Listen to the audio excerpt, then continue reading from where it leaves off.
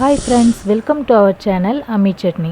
இன்னைக்கு நம்ம Tuesday Twinsல கத்திரிக்காய் யூஸ் பண்ணி ரெண்டு ரெசிபிஸ் செய்ய போறோம். ஃபர்ஸ்ட் நம்ம பார்க்க போறது ஸ்பைசியான கத்திரிக்காய் பெப்பர் garlic fry. அடுத்தது அருமையான ஒரு கடைசல். டேஸ்டான அதே டைம்ல ரொம்ப சிம்பிளான இந்த ரெண்டு ரெசிபியும் எப்படி செய்யறதுன்னு பார்க்கிறதுக்கு முன்னாடி நம்மளோட அம்மி சட்னி சேனலை சப்ஸ்கிரைப் பண்ணிடுங்க. இப்போ இந்த முழு கத்திரிக்காய் வறுவலுக்கு கத்திரிக்காயை நல்லா வாஷ் பண்ணிவிட்டு காம்பு பகுதியில் பாதியாக கட் பண்ணி வச்சுருக்கோம். இப்போ இதை அடிப்பகுதியை இது மாதிரி கட் பண்ணிவிட்டு ஆறாக நம்ம இதை கீறி வச்சுக்கணும். கட் பண்ணும் போதே அதில் பூச்சிலாம் இருக்குதான்னு செக் பண்ணிக்கோங்க. இந்த கத்திரிக்காய் வறுவலுக்கு விதைகள் இல்லாமல் பிஞ்சு கத்திரிக்காயாக இருந்தது அப்படின்னா நல்லாயிருக்கும். இது மாதிரியே நம்ம எடுத்து வச்சுருக்கிற எல்லா கத்திரிக்காயையும் கீரல் போட்டு வச்சுக்கலாம். இந்த கத்திரிக்காய் பெப்பர் ஃப்ரைக்கு 1 ஸ்பூன் அளவுக்கு மிளகு 1 ஸ்பூன் அளவுக்கு ஜீரகத்தை எடுத்து பவுடர் பண்ணி வச்சுக்கலாம். 15 பல் அளவுக்கு நாட்டு பூண்டையும் இது மாதிரி நைஸாக தட்டி வச்சுக்கலாம், அரைக்க தேவையில்லை. இது கூடவே கொத்தமல்லியையும் மிளகாயையும் ட்ரை ரோஸ்ட் பண்ணிவிட்டு பவுடராக 1 ஸ்பூன் அளவுக்கு எடுத்து வச்சுருக்கேன். இந்த மிளகாய் தூள் ஆப்ஷனல் தான். இப்போது நம்ம எடுத்து வச்சுருக்கிற எல்லா பொருளோடையும் தேவைக்கேற்ப உப்பு சேர்த்து நல்லா மிக்ஸ் பண்ணி வச்சுக்கலாம்.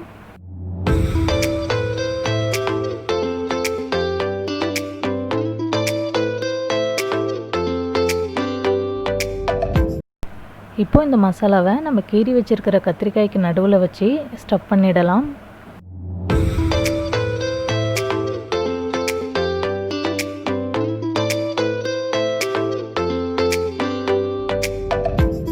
இது மாதிரியே நம்ம கீறி வச்சிருக்கிற எல்லா கத்திரிக்காயிலையும் மசாலாவை ஸ்டஃப் பண்ணிடலாம். இப்போ இந்த மசாலாலாம் வெளியில் வராமல் இருக்கிறதுக்காக நூல் வச்சு நல்லா டைட்டாக கட்டிடலாம்.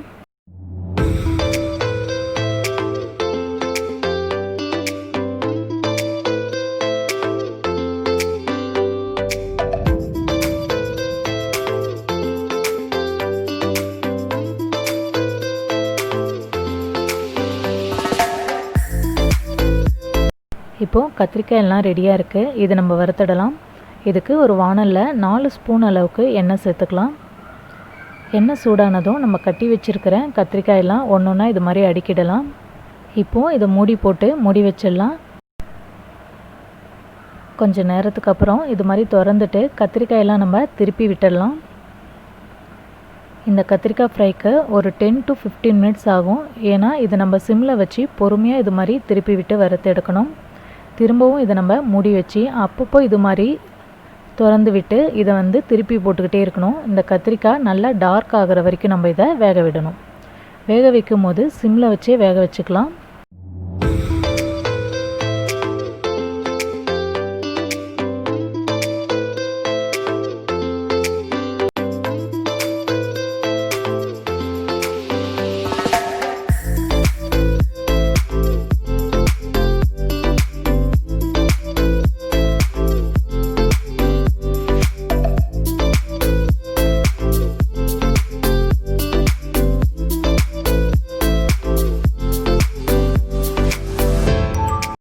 கத்திரிக்காய் இந்த அளவுக்கு டார்க்காக வர வரைக்கும் நம்ம பொறுமையாக வேக வச்சு எடுக்கணும்.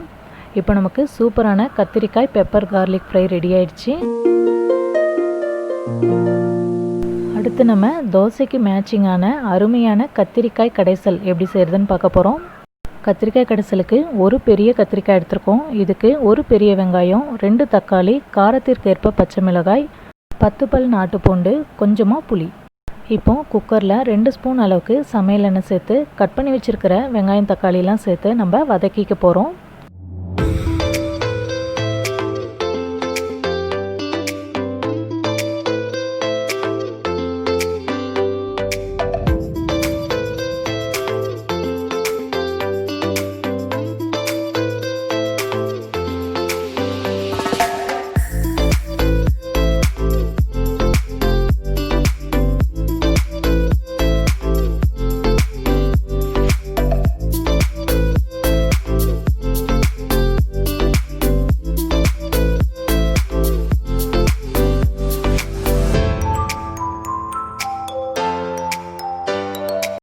காய்கறிலாம் நல்லா வதங்கிடுச்சு.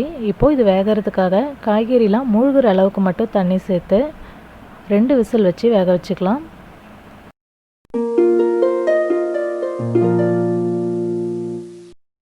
காய்கறிலாம் நல்லா வெந்துடுச்சு. இப்போ நம்ம கீரை சட்டியில் மாற்றி கடைஞ்சிடலாம்.